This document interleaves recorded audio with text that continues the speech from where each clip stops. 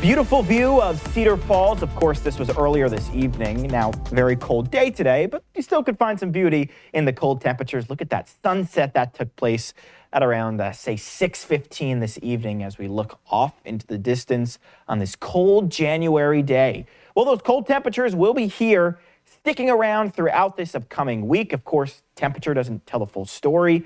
The winds factored in are going to make it feel so much colder.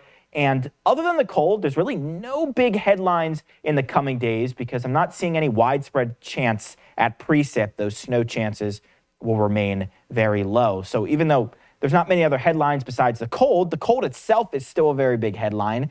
And so much so that it's another night that we have a cold weather advisory in place for wind chills that could drop across the Cedar Valley from as low as 15 to, yes, 30 degrees below zero. Here's a little flavor of what it will feel like tomorrow morning. Go up towards Decorah, New Hampton, near the Minnesota state line. It could feel as low as 30 below zero.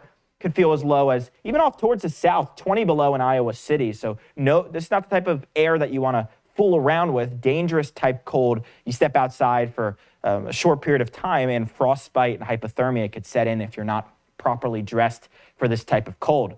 Of course, we talked about this last night. Big storm off towards our south and east. We dodged the bullet with that, but we aren't dodging the cold that will be sticking around overnight tonight. Actual readings dropping back into the double digit below zero, if not a little bit colder than 10 below, maybe as low as 15 below. Actual reading on the thermometer, of course, feels like readings are going to be so much colder than that. So these numbers you see are the actual readings, which don't tell the full story because there will be a breezy wind around.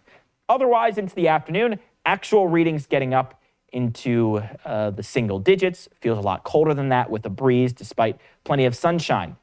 We'll actually see temperatures rise a bit Monday night into the day on Tuesday. There's a very slim chance of a passing flurry. Otherwise, status quo stays in place. We are cold and again, feeling even colder than what the thermometer says. So it's going to feel like throughout the day tomorrow as low as 0 to 10 below zero during the afternoon. And tomorrow evening, we'll get those wind chills hovering close to zero once again before they stay in that 0 to 10 below range into the day on Tuesday. So the bottom line is I'm throwing out a lot of numbers. Those wind chills will continue to make it feel like it's below zero moving forward. And otherwise, dry conditions and cold air will be the name of the game throughout much of this week. No big systems on the horizon. Tonight, cold night, feeling even colder with the winds factored in. Tomorrow, as warm as maybe 10, but it never feels quite that warm. By next weekend, maybe some recovery into the 20s Saturday and Sunday.